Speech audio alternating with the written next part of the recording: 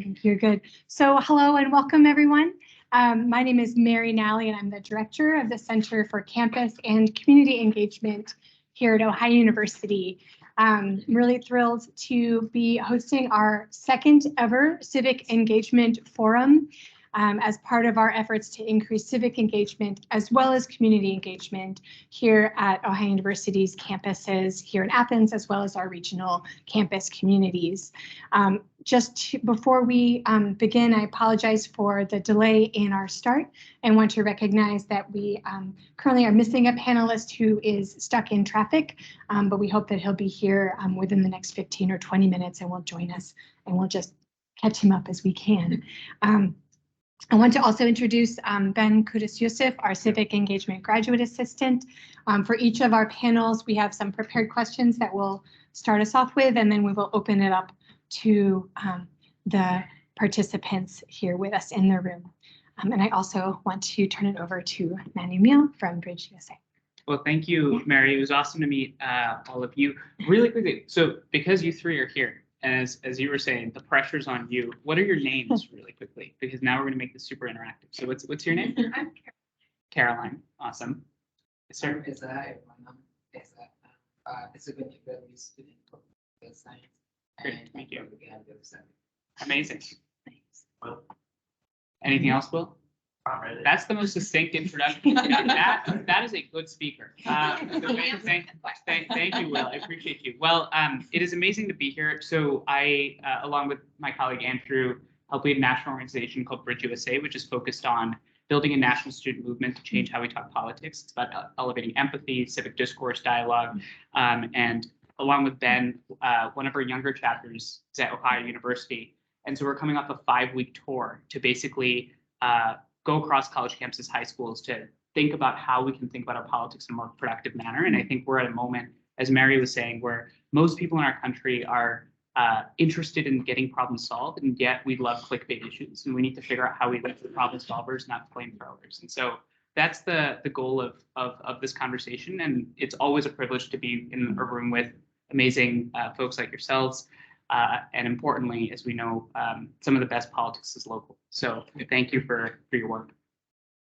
Great. Do I turn this back over to you, Mary? Yes, that's Awesome. great. Thank you so much, Manu. So for our first panel, I was really excited to bring together representatives, elected officials that are from the millennial or Gen Z generations who are leading political change in our state. So today, I'm happy to be introducing you to Micah Covert, the school board president for the Nelsonville-York Public School District, Amy Flowers, former city council member here in Athens and OU alum. Micah is also an OU alum. We also have Christina Muryn, who is the mayor of Findlay, Ohio, and Stephanie Zader, city council member in Mansfield, Ohio. And we will, as I mentioned, shortly be joined by Dontavius Jarrells, who's the Ohio House Representative for District 25. So without further ado, we will jump into our first question, which is why you became engaged in politics, and how did your career get started as an elected official? Micah, would you care to start? Yeah, sure. So first of all, thanks, Mary. Appreciate this so much. Thank you. Thank you all for being here. Thanks to my colleagues. So I come from a family of public servants. My father is a retired law enforcement official, and my mother is a teacher. And my grandparents were very involved in our community. We live in Athens County, so just up the road in Nelsonville. And so I think I had that mindset of public service built in, which can be anything, doesn't necessarily have to be an elected position, right? But community service and public service. So that was our family norm. When I was a student at Ohio University, we had an open seat on the Board of Education at Nelsonville-York City Schools. And I very haughtily thought, well, if those people can do it, I sure as hell can do it, right? Which is not the greatest mindset to have when you run for office. But so I ran unopposed and I was elected. I was a junior at Ohio University at the time and 20 years old. And last year was my 4th election. So I've been on the school board for 13 years, and over the last 13 years, I've learned a lot, and it's less about me and more about the community. And if I could look back to my 20-year-old self, I'd say, get your head on straight. So, but that's how I basically got started in public service. I wouldn't necessarily say politics, but public service. Excellent. Thank Thanks. you. Amy? Mary, thank you. And then thanks for certainly the invitation. Always love coming back to Ohio University. Just trying to figure out where I'm gonna eat lunch later, but yeah, right. So for me, politics was never on my radar. You know, my mom's a nurse, my dad was a dispatcher. Didn't really grow up in politics whatsoever. Grew up in a very conservative part of the state. Moved to Athens when I was very young, and you know, I think living in this community, it's very politically charged. And so it's an awesome environment to be in. You kind of get thrusted into politics in some fashion. So while I was attending Ohio University, there was an open seat on Athens City Council for an at-large member, which right just means that you're running to represent the entire city. And so I was, at that time, I was working as the executive director for the Athens County Democratic Party and was also president of the College Dem. So I was kind of already thrusted into at least some politics within the community. Never did it cross my mind to ever run for office or to be a candidate. In fact, I'll say I think being a candidate is probably one of the most trying experiences ever. Running campaigns is one thing, certainly being a candidate is quite another. And so my boss at the time encouraged me to run for city council because Sarah Sexton, who was a student on city council at the time, she was leaving. And it was really important for the community to have a student on city council because of how the population makeup, right? I think at least at that time, the students made up half or more of the city's population. So it only made sense to have a student on city council to be able to be that voice and be that representative.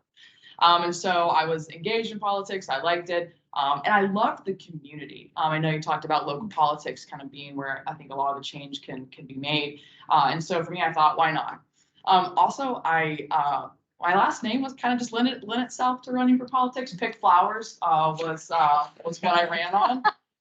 And so that worked out for me. And so, you know, being encouraged by some folks in my community, I met with some of the leaders that were already on city council at that time, and had some very meaningful conversations and thought, you know what, I'll give it a go. I was 19 at the time, and I said, why not?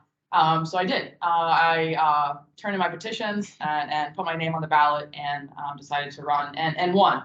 It was, to this day, even after going to law school, being an attorney, all of my experiences, that time on city council was the most rewarding experience I've had to be able to represent and be a part of this community in such a meaningful way. So did that answer the question? Yeah. Okay. These are fantastic stories. Thank you. Well, wonderful. Well, again, thank you for having me, Mayor Christina, Mayor of the city of Findlay, Ohio. And I would say it's kind of always been natural to me. So when you ask my family or friends that have known me, they're like, well, obviously she's the mayor. Like she's been mayor since she was 10. I really just always kind of naturally gravitated towards leadership positions and was always very interested in politics and government. And growing up, my father and grandfather were both involved in business, and it was very common to kind of watch the news with them. And then at dinner, we would have discussion and I would listen, and then they would always go around to me and my three sisters and say, well, like, what are your thoughts? And well, I'm 10, so I don't exactly understand exactly what's going on, but here's kind of my thoughts. And they would go through the process of explaining, well, here's why that, you know, is correct or not correct, and kind of helping go through that logic. But was very involved. I grew up in Findlay, went to the University of Findlay, was paying for my own schooling, so it made sense to live at home and pay as I went. Graduated with degrees in marketing and finance and economics, and was student body president, freshman class president, then student body vice president sophomore year, and then president junior, senior year. So always kind of naturally involved in leadership, and thought I was going to go into politics, kind of always like interested in it. But then I got into the private sector right out of college and was just like, okay, well, now I'm going to be kind of the support. I always volunteered on campaigns and was helping candidates with various things, again, since like high school. And I was really involved in the community even while I was working at a management group. And then was friends with the prior mayor, Lydia Mahalik, who's currently the director of the Development Services Agency. So in 2019, I got a call in early January saying, hey, you don't really know me. I'm the economic development director, our local economic development director, Tim Miley, who is actually an OU grad. So I sent him pictures earlier of me here. It's my first time actually on OU's campus. So I'm glad I just kind of drove around while I was on a call earlier. So it's a beautiful campus. But he said, Mayor Mahalik is going to announce later today that she's taking a position in the cabinet, and we need to figure out who's going to be the next mayor. And I've talked to a couple people, and we'd like to speak with you. Like, are you available? So I was going into a meeting with my CEO at the time, and when we went through our normal touch base, and I was like, hey, so I actually just had a really interesting call, and we sat there and talked. He's a good friend and mentor, and he's like, Christina, you obviously have to go after this. You would be great at it. Wow. You're going to regret it if you don't. So funny story that I get out of that meeting, I call my husband, and he's at work, and I say, hey, this is what's going on. He's like, okay, well, yeah, we're not interested. And I was like, I'm going to give you a little time to think again. If you really feel that way, I won't do it, right? It's important that you have support of those, around you, and my husband. So I'm like, but take a couple minutes and think about it. And so he called me back, and he's like, you know what? I think you should go after it. You will regret it if you don't. And if it's not meant to be, it won't be. So ended up, I had to get appointed to finish off the rest of her term. And she stepped down 2 weeks later. So I had to get appointed. She was then up for re-election. And I ended up having a three-way primary. Findlay and Hancock County are very Republican leaning. So I had a three-way primary against a sitting city councilwoman and a sitting county commissioner. Beat them, and then had a general election to start my own term in 2020. So I'll be up for re-election next year, which is hard to believe, but that's how I got here. So, was voted most likely to be president in high school. So everybody was like, well, obviously. These are fascinating stories, Stephanie. Well, again, like everyone has said before me, thank you for hosting this and thank you for having me. I did not grow up in a family of politicians or anything. I actually grew up in foster care. So from about 5 to 18, I was in over 30 different foster homes, and so what people don't think about is when you're a ward of the state, as they call it, every decision that a politician makes impacts your life. My life was controlled by the people making decisions in our state house, our governor. And honestly, I didn't like politicians. I had zero interest in getting into politics because I thought they were a bunch of people who made decisions that they didn't think about. And then on my 25th birthday, I received an award. It was called the Rising Up and Moving On Award. And it was signed by Senator Sherrod Brown and our local state rep, Mark Romanchuk. And I reached out to them because Senator Brown sent me a video congratulating me and wishing me a happy birthday. So I appreciated that. And I reached out to Mark Romanchuk, who could not make it to the event, and sat down with him. And that day he asked me if I had any interest in getting into politics. And I said, excuse my language for video recording world, not only no, but hell no. I'm sure. Then I found myself moving across the country for my ex-husband's job and moving back across the country because we had a family tragedy that brought us back home. And I had left my entire career and everything behind when we left, and I needed something to do with my time. I went to an election night party in November of 2016. If y'all remember that election, it was a big one. And that was my first time really getting involved in a political function. Then I found myself voluntold that I was going to be a vice president of the local Republican Women's Organization. By January, I was full on in the Republican Women's Organization. Our president stepped down. I was running it. And it kind of snowballed from there. I continued being on the Republican Women's Board. I founded our local chapter of the Young Republicans and got involved at a state level. Fast forward, that was 2017. Worked campaigns, statewide campaigns, federal campaigns, all the way down to our local campaigns. I became the girl, as Mark Romanchuk says to people, that if you want to win, you have Stephanie help on your own campaign. His words, not mine. So for 5 years, I did that. 5 years I did that. Last year, I received the award from the Ohio Young Republicans of Woman of the Year, and I also took my first appointment to public office. I didn't have any interest in getting into politics. Still, I enjoyed the back end and running things and getting to strategize, because that's my strong suit. I love the marketing and the strategy side of it. But our administration in our city made a decision that I didn't agree with. And I'll quickly tell you what that is so you have the background, but they gave themselves pay raises, gave the employees pay raises. The employee pay raises were less than the administration's, and the administration backdated their pay raises further than they did the employees. January for the administration, November for the employees. I believe that shows a lack of leadership. It pissed me off to the point where I had letters to the editor ready to go to the media, but then I heard that there was an appointment coming because one of our council members was going to take an appointment to commissioner, because our commissioner had just won the state rep election.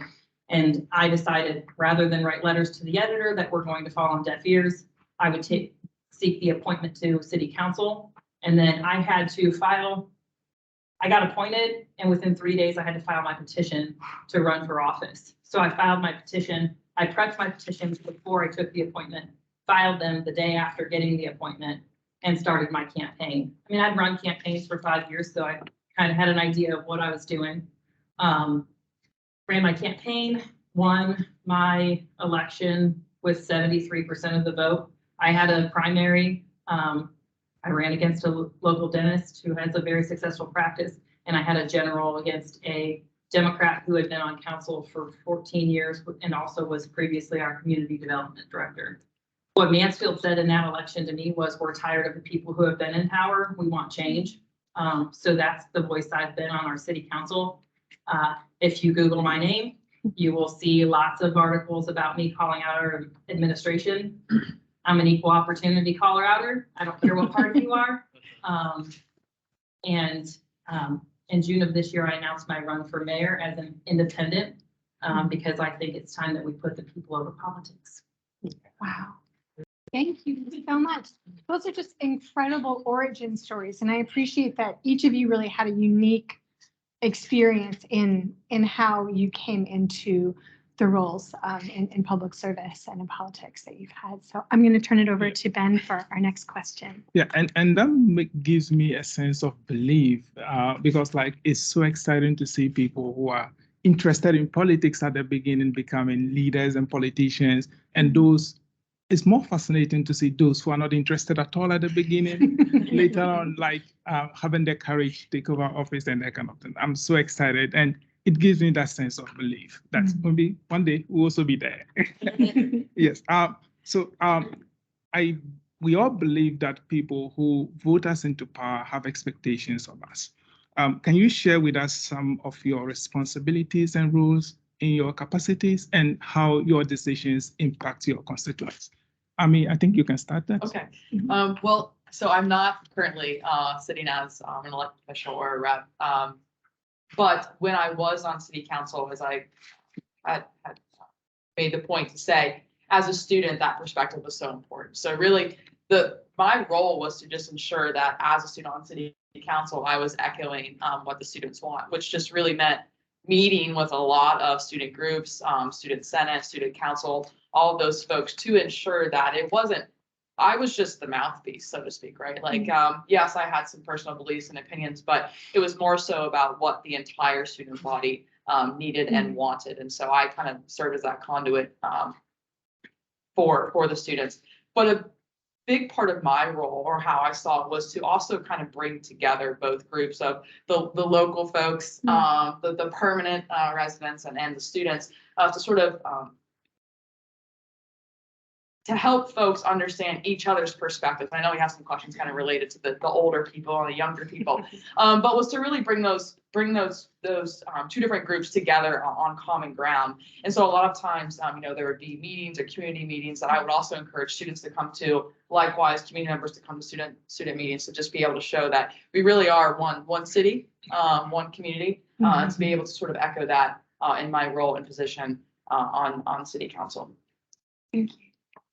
So my position as mayor is really the chief executive of the city of Findlay. So we are a statutory city, which means we're governed by the Ohio Revised Code compared to a charter city, which kind of establishes a charter for their community on how they're going to operate. Typically in charters, you see positions are either appointed by council or appointed by the mayor. And you'll typically have like a city administrator that is hired by council. And then kind of the mayor is, kind of overseeing and working on the daily basis with those folks. In my role, I'm a strong mayor form of government. So I operate as the CEO with the city council, really being what I consider like the board of directors or they're the legislative function, but I ultimately, I propose a budget, but they have to approve it. I get to do the hiring and firing, and some of the positions they have to confirm it. So I get to, ultimately they can pass legislation and I can veto it. Now they can take me to court, legally make, force me to sign it, but that's different. But one of the things that I love about my role is the variety that I get to do. I'm the representative of the community. I'm the face, when I travel, I've had opportunities to travel around the world or go down to the State House or come to organizations like this. I get to talk to students or sit down with residents and try to understand the issues they're experiencing. I also oversee, 15 different departments from water and sewer, police, fire, zoning, engineering, airport, all of these different services that ultimately serve our community. So I love the variety of things I've gotten to learn and how I get to be involved, but also getting to oversee a staff of 400 people. And kind of be that leader and mentor. And, I love kind of the personal development component as well. So I've been very involved at kind of the state, federal level, get to go do some international travel here soon, representing the US and the state of Ohio. So that's been really neat. But I just love the variety and how I can see the impact and legacy. And I would say I'm very much kind of an equal opportunity. How did you put it? An equal opportunity Colorado. I'm very much and something I think we'll discuss later is I think that the difference in kind of myself as a political leader is that I look at things in fairness and how does the Constitution apply, whether it agrees with my personal opinion or not. How do we make sure that there's consistency and fairness in how the government is operating? And focusing on our basic needs, but also making sure that we're looking at the big picture of people. So I think that Yeah. kind of look forward to talking a little more about that. Yes, Tom.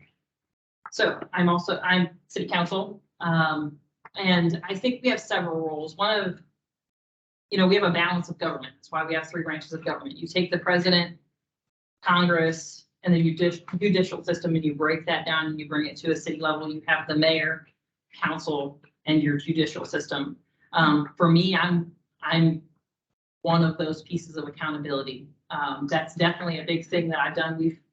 If you read about Mansfield, we've previously had a lot of corruption over the last, it dates back 40 years. I couldn't believe that when people were telling me that. But I started doing research, you start to look at the statistics and the numbers, and you start to see decline and just, you can see the impact that it's had on our city. So accountability has been a big thing for me. Internally, we've had a lot of issues. Part of the legislative branch is the investigative power. I think that sometimes city council underutilizes that. Our council has definitely underutilized that. So I've spent a lot of time, I've spent over 100 hours riding with our safety services. I spent 12 hours in a plow truck one day on State Route 30 during the big snowstorm last winter. I've spent time in our dispatch center. I'm going into our utility collections department next week to shadow and learn what they do, because I don't want to be another body sitting in a chair making decisions about things that I don't understand. So learning firsthand from the people that do it every day has been important to me. Obviously, we make decisions. We have 47,500 citizens in the city of Mansfield. We have almost 500 employees, and we have a couple thousand business owners. So when I sit in that chair and I make a decision, I feel the weight of that with every decision that I make.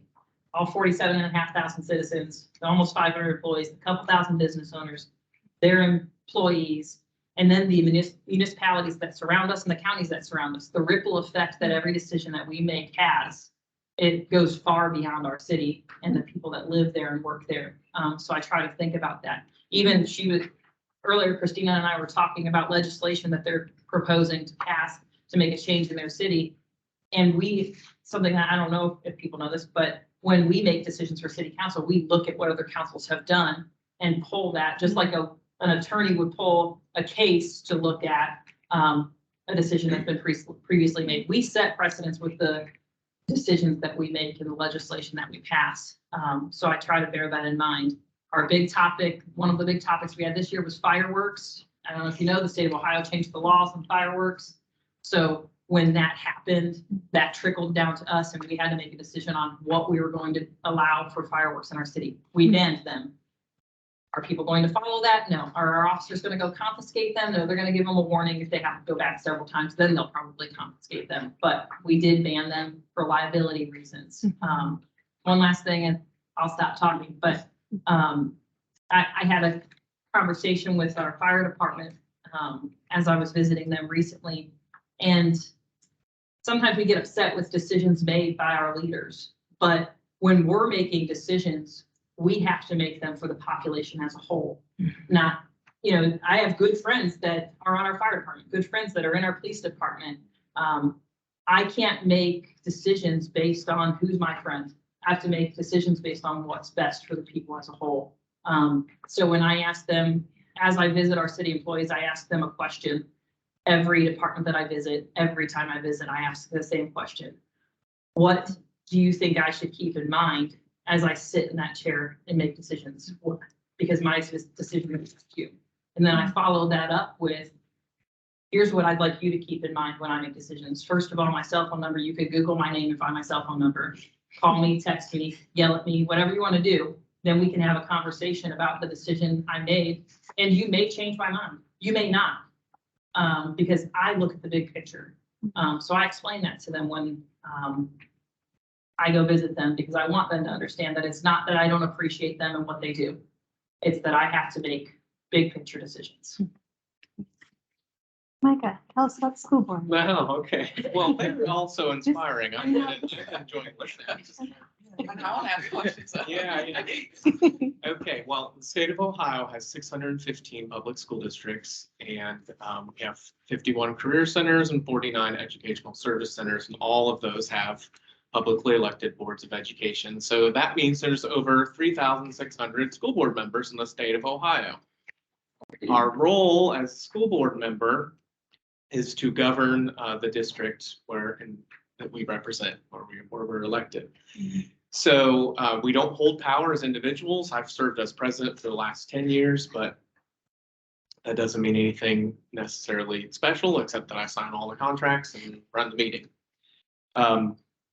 So we hold power as a corporate body. We are individually elected, but we hold power as a corporate body in majority rules in most cases. But we swear an oath to the Ohio Constitution and the United States Constitution. Most of the way we operate is laid out in law in the Ohio Revised Code. So that means we have to stay pretty well in tune with what's going on in the State House. And we have the Ohio School Boards Association. Every elected office in Ohio has some sort of association where they gather with individuals and whatnot. And in fact, our upcoming conference in Columbus is actually the second largest educational conference in the United States, which is pretty cool. Yeah, it's fun. So as a school board member, it's what you make it. All right. So every year there's a new batch of school board members. So for instance, this year alone, there's 600 new individuals that are on the Board of Education or on boards of education in the state of Ohio. And our actual job is really only two things, right? So it's or I would say three things: hire and fire our superintendent and treasurer, which would be our CEO and our CFO. Pass policies, which is our legislation. Our own policies cannot supersede the laws of the state of Ohio, right? And then pass our budget. In Nelsonville-York City Schools, we have a $17 million budget, And similar to what everyone has said here, we make decisions on behalf of every student in the school district. So, you know, the way I always did it was if someone is upset or they want to tell me something because they voted for me and they, you know, I'm their board member, I always listen, but I also encourage them to follow the chain of command. Because as a board member, as someone involved in governance, it would be very inappropriate to insert myself in the management of the school district. I am a teacher by trade in higher education, and I'm not a trained K-12 educator, nor am I a bus driver or a cook or anything like that. So that would be inappropriate of me to do that. So I ask people, you know, have you spoken to the teacher? Have you spoken to the coach? Have you spoken to the principal, the athletic director, the director of special programs, the school psychologist? Have you spoken to the superintendent? And if they've done all of that and they still have a concern, we encourage people to come to school board meetings, and they do. Every month we have something going on, and generally they're not all that great, but they're usually something that we can work through. And I think for me, the biggest thing is that most folks don't necessarily understand the role of a school board member. I know a lot of people don't envy being on the school board, but if you love your community and you're passionate about public education, and like I said, it's what you make it. So I make it a point to attend the trainings, go to the conferences, stay up to date on what's happening in the General Assembly, because that's how we have to govern the school district. Then it can be something great. It can be a real opportunity to serve your community. But I think for the most part, no matter what role you're in as an elected official, if you're just willing to listen, that's the most important thing. People need to be heard, right? And almost every single time that someone has ever come up to me and asked about something, and it could be as simple as, we have to wait too long for the buses to go. I'm trying to drop my grandkid off, you know, and we're waiting too long. These people aren't pulling up, or I don't like this coach, or why are we having this for school lunch on this day? I know that seems silly, right? Even if it's something like that, then I'm not personally going to fix because I have a day job. You know, I go work, and that's not appropriate for me to do. Bad school board members would try to fix it. Bad school board members run for the wrong reasons. They want to fire a coach, fire a superintendent. They have taken a politicized issue and they want to run. And I found, because I've been on the board for 13 years, I found that kind of like Olena Tyrell, I've outlasted them all, right? You know, so those folks usually, when they realize, hey, it's not about me and it's not what I think it is, they resign after 1 or 2 years. So that's what being a school board member is like, I think.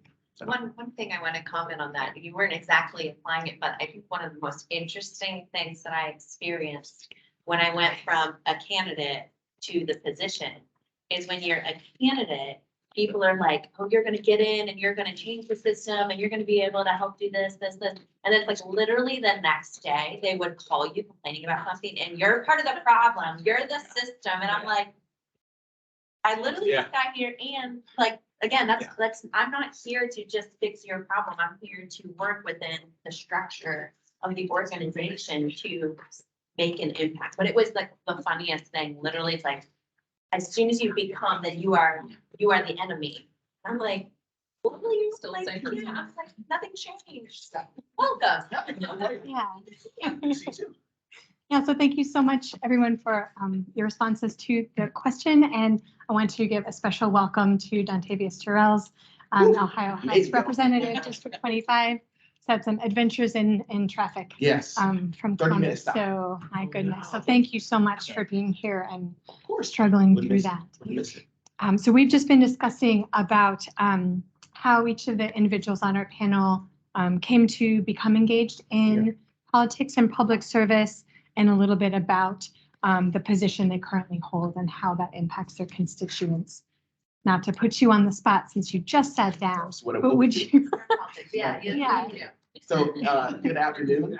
Check my calendar. Yep. Good afternoon, everybody. Dontavius, Jarrells State Representative for the 25th House District. I don't need to tell you all the boundaries, but essentially Central Ohio. And I have represented around 130,000 people, I'll say students, but constituents. And it's been the time of my life being in the first term in office. I sit on 5 committees. So I sit on finance. I'm a ranking member for higher education. I sit on insurance, behavioral health recovery support, and ways and means. So I guess you could say that I work on what I would call your dollars, how you pay your taxes, and making sure that you stay well and healthy with behavioral health support. What was the question? I just want to make sure I got it. That was perfect. And then how did you decide to run for office? Yeah, so I'm reaching from Cleveland, Ohio. Anybody from Cleveland here? No? That's amazing. Where you grew up? You grew up in Cleveland? Hey, that's what's up. See, I come from Cleveland. So when I was born and raised in Cleveland, lived in the Hub neighborhood. If you look it up, back in the 1960s, it had it was burned down, and they called the Hub riots. And when you look at that community to get today, unfortunately, growing up, it did not look much different than the time when it was burned down back in the 60s. And I say that because I grew up not seeing, I call them low resource communities. I grew up not seeing a lot of prosperity and a lot of economic opportunities. And I always ask the question, why, right? Why is it like this? Why is it happening? Why are we going to schools that are dilapidated? Why are we going into a community that has a lot of violence? You know, why are there guns on the street? Why are there drugs on the street, right? It cannot necessarily be just individual choice, right? We have to look at the broader system. And growing up, I was very inquisitive. I thought I wanted to be Oprah. I was always asking questions, right? Just trying to get understanding. And out of that, I kind of just grew a love for policy and wanted to see myself in a role, doesn't have to be elected, but in a role where I get to address the issues that I saw growing up. And so when I went to college, I went to Howard College, I majored in political science economics. I moved to Columbus being, I was selected as a Legislative Service Commission Fellow for those who are graduates or graduating, want to look into an opportunity after college. That's a great opportunity for you, where you work for 13 months in the State House. I ain't never been to the State House in my life before I walked into the State House as a job, right? And I saw in real time, wow, state policy actually impacts every single experience that a person would have or could have in their communities. City laws are good, federal laws are great, but state law is where, you know, that you really get to see whether it's your evictions, whether it's criminal penalties, whether it is child support, everything that you think of comes from the state. And for someone who didn't know growing up what the state did, I was surprised that so many others don't know either. And I said to myself at one point, I love my job. At some point, I want to be here. I didn't know it was going to be 10 years later that I'll be one of the youngest elected leaders in the state. But, you know, things happen for a reason. And here I am bringing that voice to the table so that we are building policies that really meet people where they are. Thank you so much. No problem. This is great. So speaking of being a young person elected to office, what do you think is unique about the millennial and Gen Z generations regarding leading social and political change? And have you experienced any challenges related to being perhaps younger than the average elected official? I'm sure who would like to? I can start. Thank you. So I think that we have lived through some really interesting times. It's been at the hands of, so my opinion is it's been at the hands of political parties. Our political parties, we are a very politically charged nation.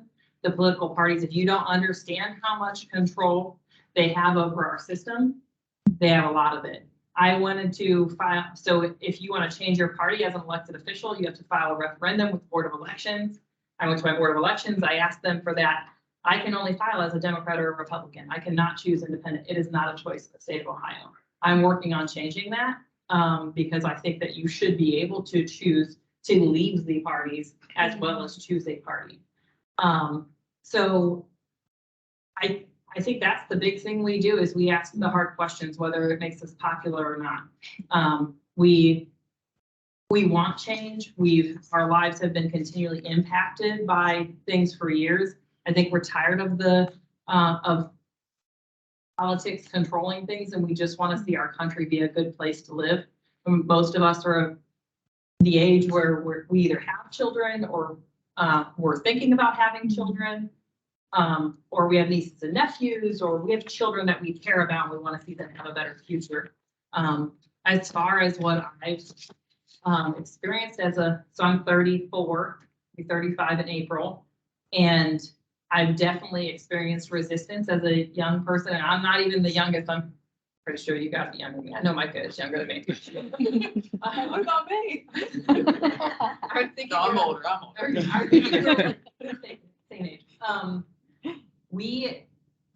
It is not just like the stereotype. The people in charge are the old white guys. And they have been for years. And they don't like me because they want someone who they're used to women who say yes, ma'am, or yes, sir. And that's not me. I never have been and never will be.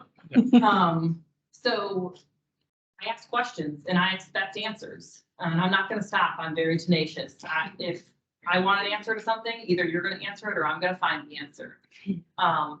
So I have my own political party that I served for 5 years with my time, my money, my energy. I spent $15,000 building the organization for young people, for rich and young Republicans. I spent 5 years and $15,000 dedicated to that organization, building it alone. And my party chose someone else to run against me for mayor next year, even though I am a sitting councilwoman who has done a damn good job, shows up regularly, and the people respect me. The politicians don't want me. Interesting. So politics is a dirty game. It is what it is. So Thank you, Stephanie. Yeah, so when I started public service, I was 20 years old. Now I'm 33. And that conference that I was mentioning earlier, every year I go to that in Columbus and I get you don't look old enough to be a school board member. And I'm like, it's just the moisturizer, you know. Don't stress. Yeah. Don't stress. Yeah. So that gets a little annoying. But that said, I think as a young person, I happen to be, my first commencement, the kids who were graduating were freshmen when I was a senior in high school, so that was fun. And then I got to hand my brothers their diplomas when they graduated. Oh, yeah. I think young people, I'm not married and I don't have children, so that is a unique position to be a school board member. However, I think our generation, millennials, and certain, I don't want to speak for Gen Z because that's not my generation. My students are Gen Z. So I would love to learn more about what Gen Z is like in the political sphere. I think our generation cares more about relationships and connections with one another than I would say, I hate to even say it, but the old boys club, right? You know, I don't care what party you're in, whether it's an old Tammany Hall or whatever. I think our generation is recognizing that everyone puts pants on one leg at a time. And I really appreciate that about us. And, economically, right, most people in our generation don't have the kinds of income to contribute large amounts of campaign dollars to either party, and therefore, depending on what state you live on, you're probably not going to get appointed to a state board or a state commission because you're not a campaign donor. But what we do have are, is time on our hands, right? So we have time to volunteer. We have time to outlast the folks in the room. the folks in the room who, and you'll see this a lot in politics, not necessarily as a school board member, but as you go up through the echelons, you see people that just don't know when it's time to let someone else come up, and can't recognize when you've sort of your time as a community servant, as a community leader has gone too long, right? And there's good and bad for term limits. You know, there's pros and cons to both, but I think there are some folks that are in it for their ego, if you will, and I don't see that in our generation. I see our ego is not. I see a lot of young people and people in their late 20s and 30s who are out there just busting their butts for our community, and they may, you know, it might be through Rotary, right, or through PTA, or through your JCs, or chamber, or you know, you're working for a small local business and you get involved with those types of things. I see those folks as really the actual change makers in our community, and once we start to realize it has less to do with what your title is and more to do with your ability to connect with one another and to transcend political, whether you're an R and a D or an I, or a libertarian or a progressive, doesn't really matter. I think our generation is, as we're coming to and finding our own and becoming homeowners or what have you, or starting to have children, we are, I think, well prepared for civic and civil discussion in a way that other generations really weren't. You know, I think we might see ourselves as the folks that have to solve the problems that our previous generations created, and that allows us to have those voices. In the interest of time, I'd like to invite Dontavius to answer this question, and then we're going to open it up to Q&A. So there's so much I can say about this question. This is a real honest conversation, right? I know I'm recorded. I don't care about that. Being authentic. Oh, that's fine. Trust me, I get points being real authentic with people. So people lead out of their trauma. I don't know if y'all ever heard that before. Y'all know what I mean when I say that? Like, you know, when you grow up, you know, someone told you can't be somebody, or you were bullied as a child, right? People, you know, take those experiences with them, and when they are in position of power, what happens is they begin to dictate and put out what they experienced growing up. So that person who wants to stop you from being in a position that you were trying to go into, or people who close the door after they get in themselves, folks who, you know, have so much to say about the characters of someone else, yet aren't willing to have their own introspective work done. You know, unfortunately, that's how we begin to see political parties fail, because of individual characteristics that unfortunately bleed into a generalization of the whole, right? It's almost like a cancer on a ship. And so when we're thinking about, you know, what young people can bring, what we bring to the table as young people in office, is that we get to be the doctors of the ship. We get to cut out some of that old cancer so that we can actually make a ship that moves not just us as leaders, but the people forward, you know, right? And that is what I think about when I'm in office and the work that I do in the State House. You know, I put forward 15 bills, but the majority of them are bipartisan. It's not simply because the Republicans are in the majority, right? That's part of the equation, because you have to play chess. But the reality is, if we want to actually get people to come together and have honest conversation and dialogue around the things that hurt all of us, we're going to have to include all of us at the table.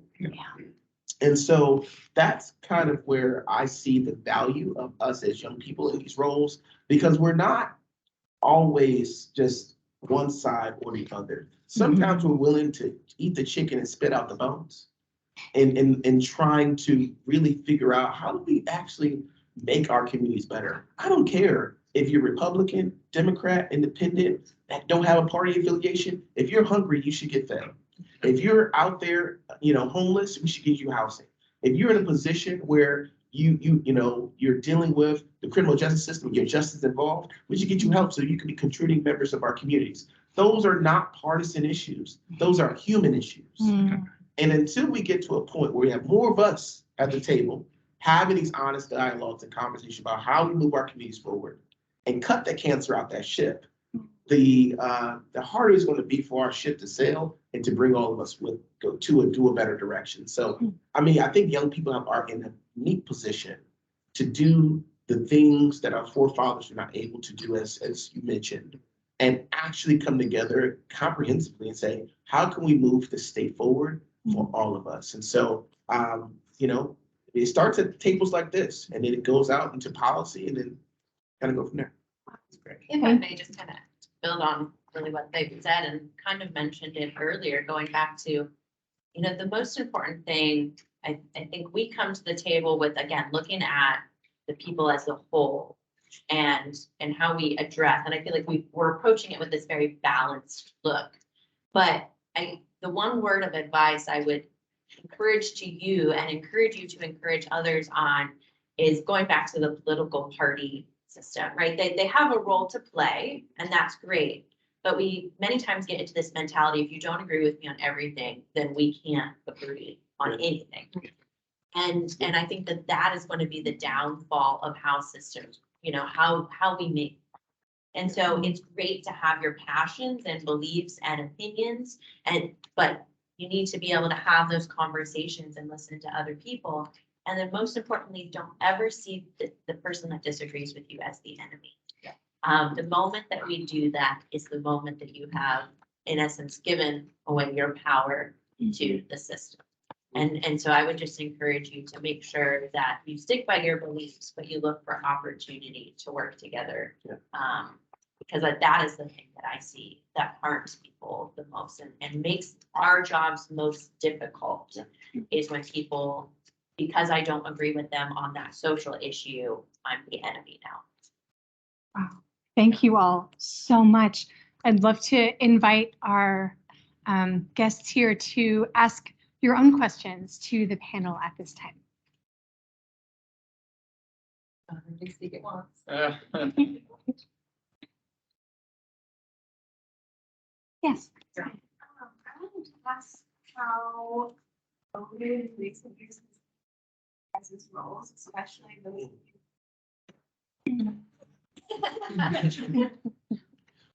Well, so as a college professor, it was really fun because I got to move 11 sections that I had to teach online, and that was a blast, reminding people, texting people. So, as a school board with COVID, so none of us, no one knew what they were doing, right? We can be honest with that. And we didn't, because we exercise local control in the state of Ohio, you have 615 school districts that can do things 615 different ways, unless there's a mandate from the state of Ohio. So it was, I've seen a lot in 13 years. This was the most unpleasant time to be a board member as during COVID, because we all wanted what was the most safe for the students and provided them with the best education, and tried to protect our little ones from the social emotional damage that occurred during that time. But no one knew, right? We're going to be studying the effects of the pandemic on the business side, like economically, for years. But on the psychological and educational side, like there are going to be so many dissertations written about this time in history. So I had at our board meetings, we had people that were, let's say, passionate about masking, and we had people that were passionate about not masking. And the whole time I'm like, I don't know the right answer. But in Athens County, we tried to stick with what Jack Pepper and Dr. Gaskell recommended from the Athens County Health Department and what the majority of the school districts in the state were doing. But because the pandemic became politicized, and Christina mentioned something about enemies, and you know, we can't assume people are enemies. When you're an elected official, people will automatically not like you. Yeah, come on. They don't know you personally, and they certainly They don't. liked you before. Yeah, you know, that's true. And they don't know your story. On the positive side, people will like you, right? Just because we passed a policy. Oh my God, you saved our family from COVID. I'm like, no, I didn't actually. And no, I'm not condemning your family to COVID. Like, if we knew the right answer, we'd have it. But on the education side, we are studying and looking at the effects of really that loss of social emotional learning that occurred. But I really have to give credit to all of our faculty and administration and staff for stepping up. I saw teachers, my mother included, she's a Spanish teacher at Nelsonville-York High School, go out into the boondocks and deliver books. And we saw people volunteer hotspots for Wi-Fi and do whatever we can to try to minimize that. And we delivered food to homes across our community, and the Career Center did the same thing. And I think that, to me, it shows, you know, and a lot of communities did stuff like that, but to me, it shows what people in Appalachia are like. And when we're down, we support one another. And when something happens that's outside of our control, which is quite often the case in Appalachia, we step up and find a way to make it work. But it was tough. It was tough. We know, you know, it's really tough for the students that didn't have a prom, senior prom, had to stand in front of a backdrop for their graduation, and that was all they got. You know, it sucks, but their lives aren't over. And I think for us, if we save one child or a family member from passing away from COVID, then I can sleep well at night, you know. Yeah. Or if we save, on the flip side, if we saved one business from staying to stay open during COVID, then there you go. Can I say one thing real quick? So one of the things in the state level, you know, like micro level, macro level, right? You know, we saw, because I literally was elected, and my primary, or our primary, I don't know, did any one of us run in 2020? Oh, No, I'm off. I was the mayor in 2020. so you were Running for office. I ran in 2019 to Oh. start my term. Got it. So I ran in 2020, right? And so my primary got shut off the day before the primary date, right? And then we had to do everything virtual. And then, right, I'm gonna talk about more money, right? And then when I got into office, the first 3 months, I was dealing with thousands of cases of unemployment in my office, right? People who would call in my office saying, I'm literally sleeping in my truck with my 2 kids because my job let me go. And I can't navigate the unemployment system because it's so archaic, right? Or people were at McDonald's and Burger King and other places with free Wi-Fi so their kids can get on the learning environment, right? That was my reality, navigating COVID as an elected official, supporting our school board members and our teachers and our parents as they were navigating, you know, just the changes in life. You know, our businesses were shut down, as you all know, or, you know, schools were shut down, universities were shut down. And we had to figure out what money were we going to bring from the state into our communities. So we injected a multi-million, hundreds of millions of dollars in broadband. That was one of the first bills that I voted on in, you know, coming into the General Assembly, so that we can push out support to our Appalachian communities who did not have broadband access or expanding broadband access. We pushed out millions of dollars to businesses to stay open, PPP loans, all those things. Millions of dollars to evictions so that we can do eviction stays. So just to kind of give you a flavor of what students were experiencing, I had a bill that didn't go anywhere because the school board members got mad at it. I was going to give a student, and, you know, parents had to, you know, provide their authority, you know, permission if necessary. Parents were could have worked with their child to say, I want my child to stay in school another year. The reason why is because what happened? No one had, there was a loss of learning for a whole year. And we wanted to provide those students who may have been, behind, or they needed to get caught up in a better learning environment. They could have taken another year. My bill got tabled, y'all, because we couldn't, sorry, no offense, school board members and administrators were like, we want to get these kids out of the school, right? And so now, unfortunately, what that means is that we kick down the can, if you will, of that student's development from now. Some of these young people are in college struggling, right? Still struggling, right? And so when you think about policy and about philosophy, about what does it mean to support our young people, our students, especially in the time that they've never experienced before, sometimes we stop innovation at the door. And that hurts all of us when we do that.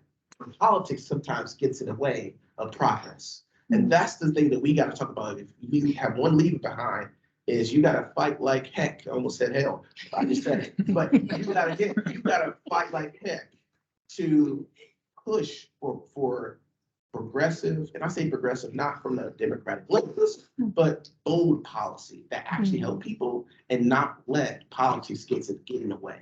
Because when that happens, as it happened with COVID, people died and people were left behind. So that's all with that. Just a quick comment if I could. I came in at the tail end of COVID into office, and the one thing I will say is they introduced legislation before our council, and this was the first time they had to vote to allow someone to abstain from the vote, because it was really a fluff piece and we made it political. And I think that COVID is a classic example of where politics gets in the way of people. Yeah. We politicized that to the extreme. And because we did that, we watched the divide grow bigger in our country, and we also watched people die. It was the extreme case of politicizing things. And I think had we not been where we were as a country, and the divide had been being where it was, because of federal level leadership, I think that we would have seen COVID be handled in a completely different manner.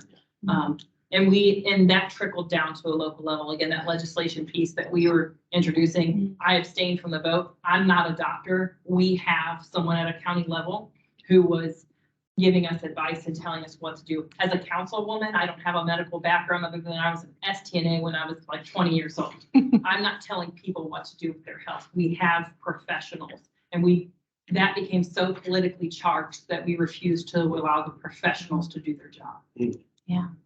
I think one thing, just kind of talking about schools, especially because, as mayor, I don't oversee the schools in the city of Findlay, again, going back to the structure, but people think that I control all things in the city of Findlay. So I got a ton of emails. But one of the things that I've noticed that really, really was emphasized in COVID was the local response to national issues. And obviously there are issues that at that national level have an impact on our local, but with schools, a conversation going on in one school about how they were handling something, immediately I would get 20 emails from parents thinking that that's what our school was doing. Yep. And I'm like, you need to focus on your home and stop worrying about the national climate. It goes back to the political system and 24-hour news and the fear mongering baloney to raise a bunch of money. But focus on that local impact that actually is playing out instead of getting wrapped up in the emotion, politically charged discussion that is not actually impacting you locally. I don't follow any national media. None. I follow all of them, and it's really fun. I don't watch them, but I love getting the news alerts all within a 30-second time span of when they release something and reading the differences. I have a marketing background, so I'm like, oh, how are they spinning the story? Because it's on from CNN, it's this, MSNBC, it's this, Fox, it's this, The Economist, it's this. So it's actually very interesting. If you want to actually know the truth, read it from multiple sources to distill it down. Grassroots, in my opinion. That's how you get your news. Yeah, Boots on the ground. definitely. Please join me in thanking this incredible panel. Thank you very much.